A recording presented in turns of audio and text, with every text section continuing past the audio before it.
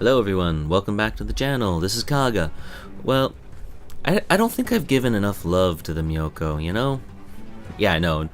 Only put on the last, I don't know, 3 or so videos. Oh wait, no, maybe it wasn't 3 videos. It was 2 videos with 1 double feature. Silly me, right? I know. Silly Kaga. Well, this particular replay, I can tell you, it's something special. But I tell you that it won't look that way right off the bat. And, you know, I guess that's kind of endemic of most World of Warships games. You never really know when something is going to evolve from either an okay round or a good round into something really truly special. I guess that's just one of those things that we truly enjoy about the game. Well, I know I truly enjoy that about the game. You know, it's that little degree of unpredictability that's currently in the game right now, just kind of missing from a few of the other ones. And holy crap, the friendly carrier pilot just strafed the enemy fighter and bomber squadrons there out of the sky a little bit there.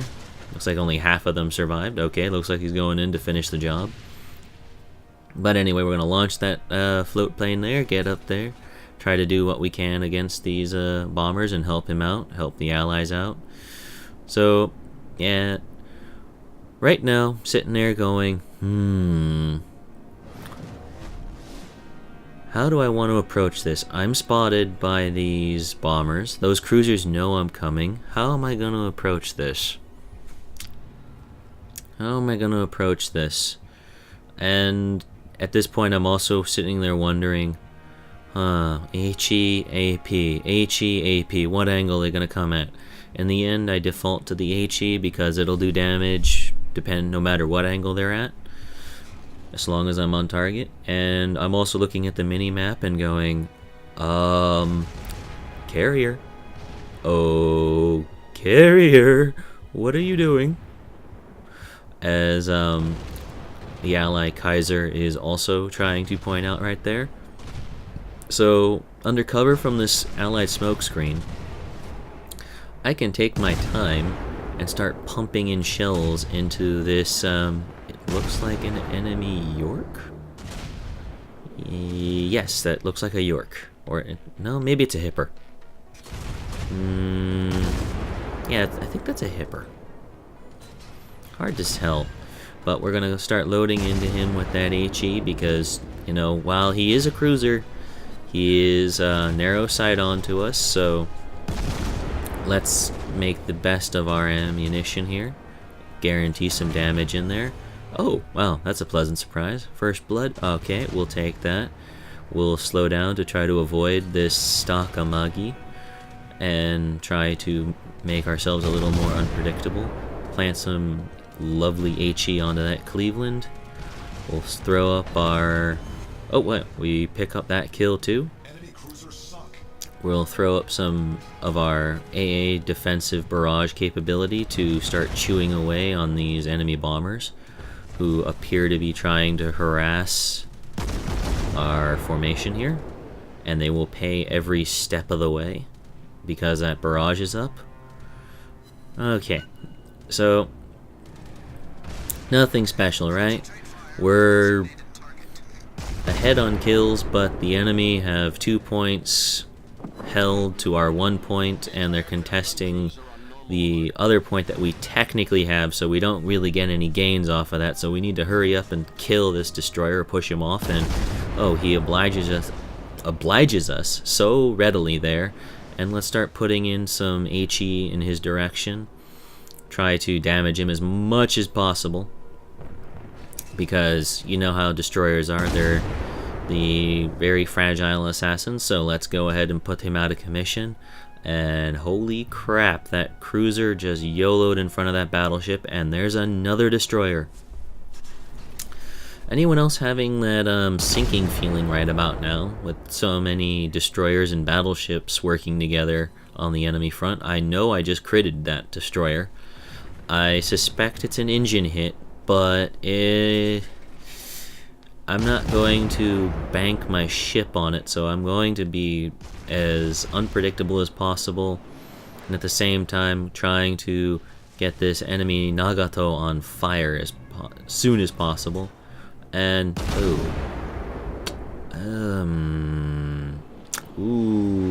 broadside onto a New Mexico or broadside onto a Nagato. Ooh, that doesn't make me happy. Okay. Well, nuts. There's also the destroyer in that direction too. This goes from bad to worse, but at least we got some DPS up on that New Mexico. Let's throw the ship around here to try to get some shots on this Mutsuki. Put them, they look alright. We get 3 hits there, 3 crits. Really unlucky for him. He's stuck out there in the open as we detect him. Okay, he doesn't look like he's on fire, so that's kind of unfortunate because he's going to be popping in and out there from sight. I'm not certain what this enemy carrier captain was thinking.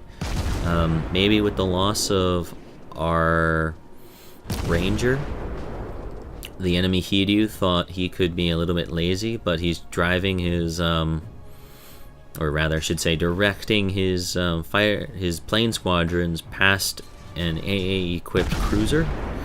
Well, I can't really say that I have fantastic anti-aircraft armament in this particular ship. It's good enough to start knocking planes out of the sky. And ooh, got 2 fires for 1 salvo on that Nagato. I don't think someone's feeling the love right now over there.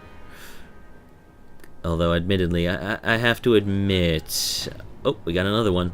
And it looks like he's put them out. So good play to him. We'll keep trying to set some more on there, just in case his damage control party goes back on cooldown as those fires are ignited. And yes, we have delivered on that one. Let's go for number 2. And right now, I know that there's hello, destroyers. And it's one of those things that I'm not certain what those destroyers were thinking, but one of the secrets of getting good torpedo hits in is in positioning and engaging a target that is mostly from the front with your torpedoes is not as likely to hit as if you engage them from an angle off to the side. I mean, that's just my experience from having gone up the Japanese destroyer line up to... Actually, I've just recently finished researching the Shimakaze. Haven't bought it yet. I'm waiting to feel the love again from the torpedo gods, and... ooh, where were these aimed? I could drive the state of Delaware through that gap. Where were those aimed? And... the part of me that is I usually play carriers, right? There's no real mystery in that. I mean, just look at my name. What is this Shokaku, this Hiryu thinking, doing it up against the border when there are enemies advancing here? And, okay, I'm going to try to peg this destroyer, but I'm not going to be so hell-bent on the kill that I eat a face full of torpedoes and... ooh, boy, there's just pissed off destroyer number 2. Okay, turn, come on, can we make it? Can we make it? Nope. Okay, let's go ahead, repair that, get that flooding under control, and let's see if we can keep this Hiryu under some DPS damage to prevent his planes from doing any more damage to us than these destroyers would like to do. And right now, yes, I am wildly throwing the throttle and the rudder around. I do not want to take another torpedo hit. You saw how much damage that torpedo did. And I'm in no hurry to give them the option of another kill. Oh. Hello, torpedoes. Hello, torpedoes. Hello, destroyer that sent those torpedoes. I've got some high explosive with your name on it. Bye. Thank you for accepting the present. Okay, the enemy carrier is dead, but so is the allied cruiser that was with me. And this destroyer is using his speed boost while he's spotted by me, and that can end only one way, and we have unleashed the Kraken.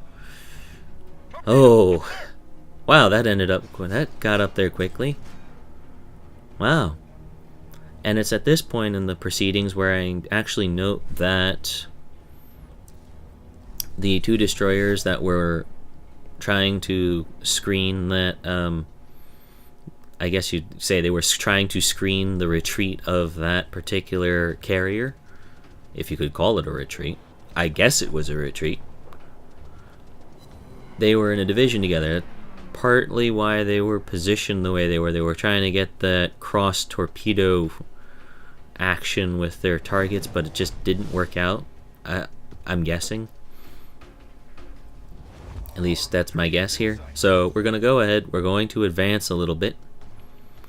And reason is that we've got C fairly well under control. There is an enemy destroyer. I expect him to be trying his way towards C, but he's in A right now because the enemy battleships are spotted in B point. So the only one that could be capping, and granted, there's nobody we can see in A, so it must be that destroyer. And there's that destroyer. Need to put him down as soon as possible. That looks like a Fubuki. I want to say that's a Fubuki. So we really want to put him down as quickly as possible.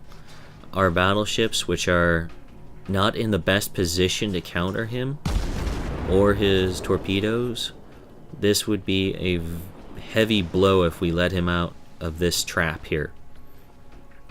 So I don't have a choice. The decision has been made for me.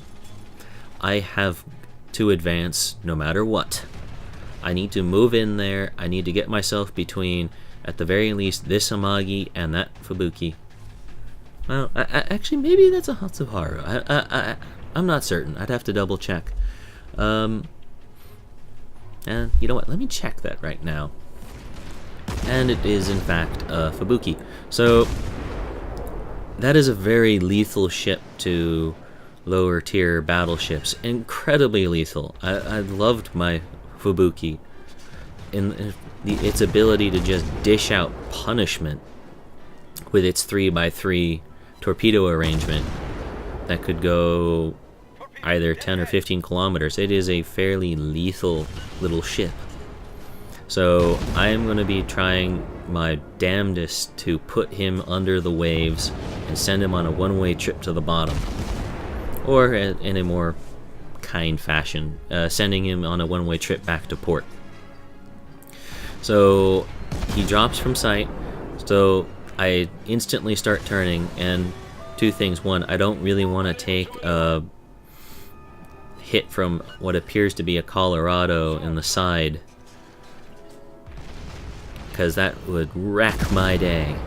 At least that looks like a Colorado. It might be in New Mexico, though. The two look fairly similar.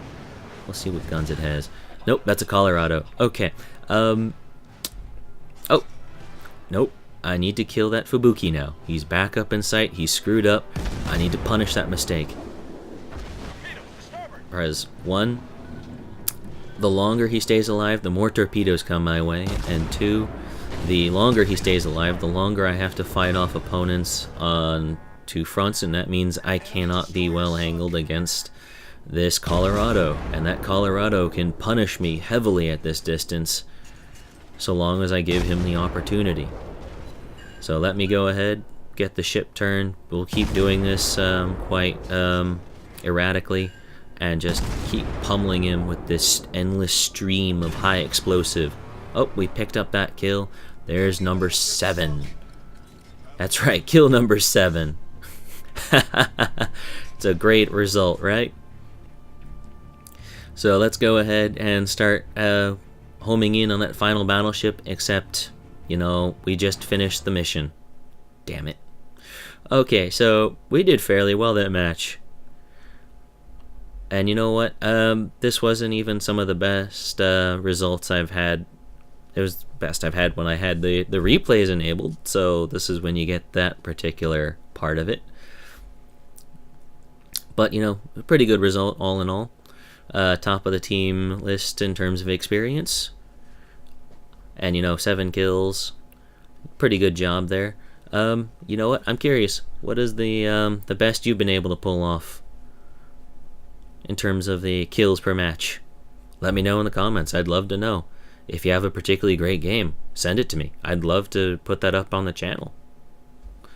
And, you know, this wasn't a particularly high damage round. Just a little bit south of, looks like, actually no, a little bit south of 90,000 damage in this match. But, you know, 7 kills is 7 kills, right? That's good stuff. It's good stuff. Can't really complain about that. And even though most of them were destroyer kills, no, really not most of them. I think like maybe 3 of them were destroyer kills. It's still a fair bit of work there. Anyway, thanks for having bared with me for better part of about 16-17 minutes right now. If this content or other videos on the channel interest you, please consider subscribing. I'd love to see you around the channel a bit more. And let me know in the comments what you think about these types of games. Are they things that you see often? Are there these games that are exciting to you? Or, you know, are they just there? I'd love to know. So just go ahead, drop me a comment either in this video or over on Facebook. The link will be in the description box below. Thank you, and good day.